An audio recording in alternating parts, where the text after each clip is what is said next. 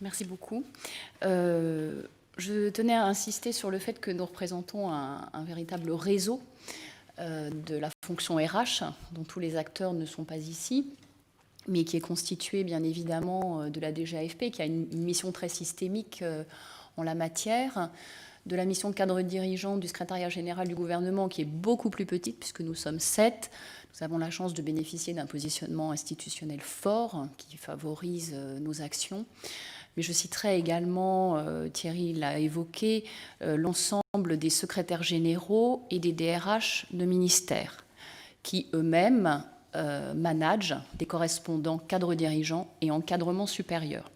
Donc nous sommes tout un réseau qui nous rencontrons extrêmement fréquemment, qui travaillons ensemble. Dans le couloir, je disais à Thierry qu'on se voit 3 fois cette semaine et on s'est téléphoné 2 fois. Les organisations sont importantes, mais les réseaux le sont encore davantage, ainsi que les personnes et leurs profils. Thierry a un profil État, collectivité locale, j'ai un profil public-privé. Et je pense que nous apportons chacun dans cette démarche qui nous tient à cœur, dans laquelle nous croyons, nos expériences respectives, lui en collectivité locale et au sein de l'État bien sûr, et moi dans le secteur privé. Alors, la raison qui nous réunit aujourd'hui, c'est que la fonction publique met enfin le capital humain au cœur de ces questions, de ces préoccupations, peut-être avec un peu de retard par rapport au secteur privé d'une part et par rapport à nos homologues européens d'autre part, puisqu'on a fait pas mal de benchmarks avec les Britanniques, notamment, qui sont partis sur ces questions il y a bien plus longtemps. Thierry et moi sommes tous les deux membres du comité des secrétaires généraux qui est présidé par le secrétaire général du gouvernement et nous assurons ensemble la tutelle de l'ENA comme cela a été mentionné, ce qui est très important pour la cohérence de l'ensemble de ces actions.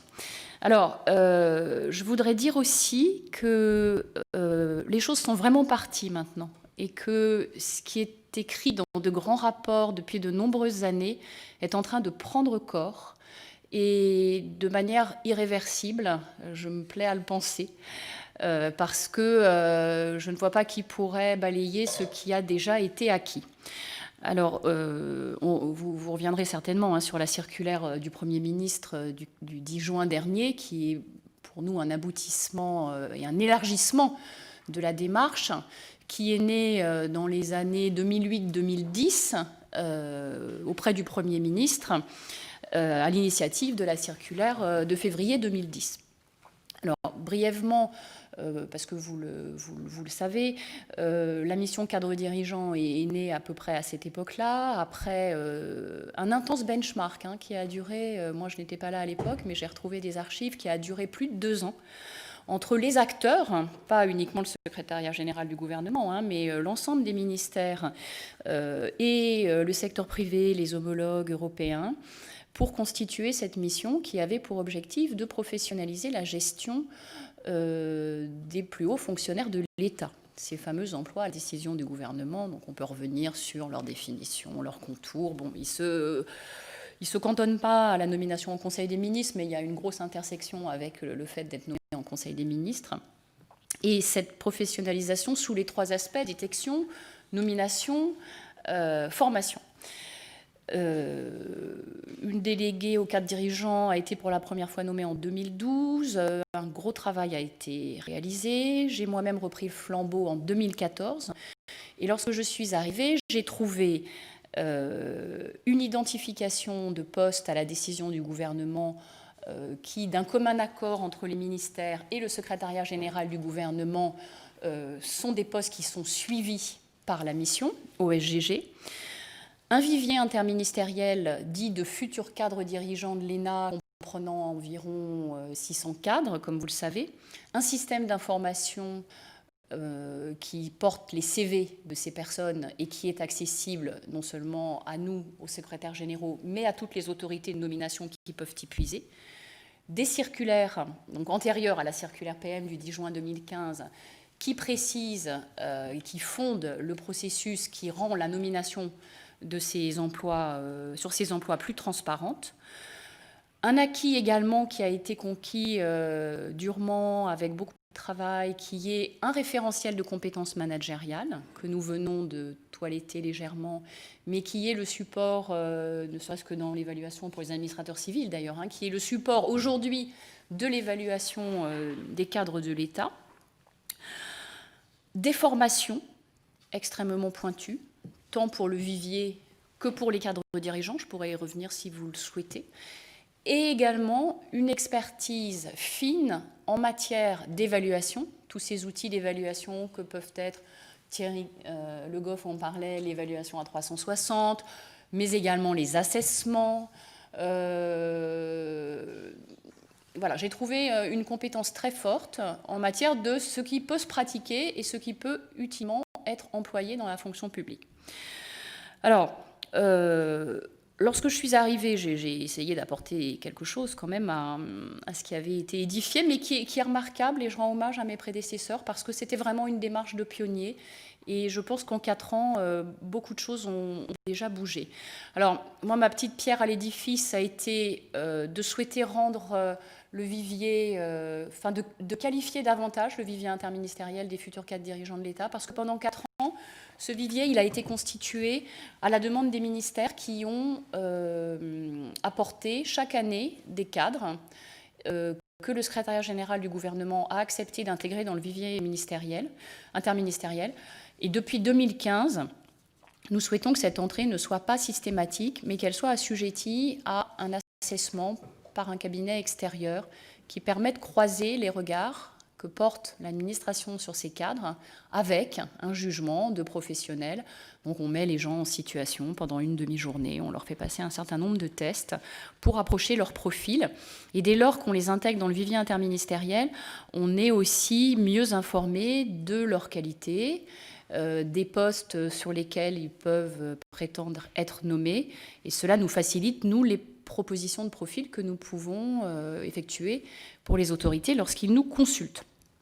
J'ai souhaité également que la démarche devienne plus qualitative, parce que je me suis rendu compte que nous gérions 200 cadres dirigeants et 600 membres du vivier interministériel, et que finalement, le temps n'avait pas permis de bien les connaître.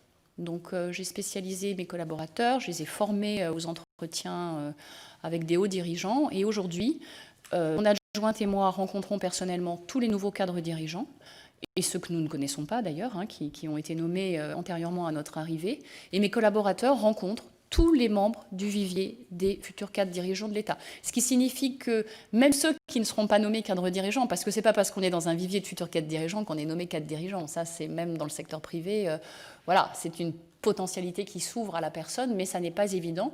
Mais même si elle n'est pas nommée, elle bénéficie de nos conseils, de nos formations et d'un suivi rapproché par mes collaborateurs. J'ai souhaité également que soit renforcé l'accompagnement des cadres dirigeants, puisque la fonction de directeur d'administration centrale, j'ai coutume de dire que ce n'est pas un exercice de droit divin. Ce n'est pas parce qu'on est nommé en Conseil des ministres qu'on sait tout faire, et précisément qu'on a exactement toutes les capacités nécessaires au bon pilotage de sa direction. Donc nous accompagnons systématiquement à la prise de poste les cadres dirigeants. Ce n'est pas une obligation, mais lorsque je les rencontre, je les incite vivement, et plus de 80% d'entre eux sont satisfaits de le faire. Alors ça nécessite de lutter contre l'idée « je suis accompagné, je suis coaché, donc je ne suis pas si fort que ça ». On leur dit non, c'est justement quand on est très fort que le fait d'être accompagné va nous donner encore plus de dimensions et va nous permettre de nous projeter plus rapidement dans nos fonctions. J'ai souhaité également, Thierry en parlait, c'est très important, qu'ils puissent davantage communiquer entre pairs. Donc on est très très attaché à cette notion de communauté, de cadres. Les cadres dirigeants, on s'est aperçu qu'ils étaient assez seuls, ils avaient leurs collègues dans la proximité immédiate de leur ministère et encore. Et donc on essaye de les faire se rencontrer. Alors il y a le séminaire des directeurs, de même qu'il y a le séminaire des sous-directeurs. Donc ils se rencontrent au séminaire des nouveaux directeurs, mais nous organisons également au secrétariat général du gouvernement des petits déjeuners, diverses manifestations pour qu'ils puissent se rencontrer. Nous leur proposons également de l'accompagnement de leur comité de direction, parce que la performance d'un cadre dirigeant n'est pas la performance de l'homme ou de la femme seule qui montre le cap, c'est aussi la performance d'une équipe. Nous, on est une équipe, et les cadres dirigeants, on leur dit, vous avez des équipes, et vous êtes là pour obtenir le meilleur de vos équipes. Donc, on les aide par divers moyens à accompagner leur comité de direction. Enfin, l'objectivation des compétences au moment de la nomination. Vous connaissez la procédure des 3 noms qui consiste en le fait que les autorités proposent à chaque fois 3 candidats avant la nomination en Conseil des ministres, dont un membre du vivier, une femme, avec des explications qui motivent la nomination. Mais il est vrai qu'il reste des marges de progrès en la matière. Et donc, nous nous efforçons, conformément à la circulaire du 3 mai 2013, de nous positionner le plus en amont possible des nominations pour proposer, lorsque c'est possible, des assessements sur fiches de poste. Alors là, grand moment de solitude, il n'y a pas toujours de fiches de poste. Il y a des fiches de poste pour tout dans l'administration, sauf pour les postes de directeur. Comme par hasard, ce sont les postes les plus difficiles et il n'y a pas de fiche de poste qui explique ce que le directeur fait, parce que c'est un directeur de droit divin qui il est tout d'un coup visité le lendemain de sa nomination au Conseil des ministres. Alors, je plaisante, mais de plus en plus, le besoin de ces fiches de poste se fait sentir, puisque quand on envoie quelqu'un faire un assessment, la première question que nous pose le prestataire, c'est: où est la fiche de poste? Quels sont les prérequis? Sur quoi voulez-vous donc que j'évalue cette personne si je n'ai pas de fiche de poste? Voilà, donc ça progresse bien. La directrice de cabinet du Premier ministre a également produit une circulaire en 2014 incitant au comité d'audition. Donc, dès que c'est possible, nous organisons des comités d'audition qui nous permettent, et c'est assez remarquable parce qu'on a tenu une petite dizaine depuis 1 an, et l'audition associée à l'évaluation en amont des personnes donne des résultats en général très consensuels.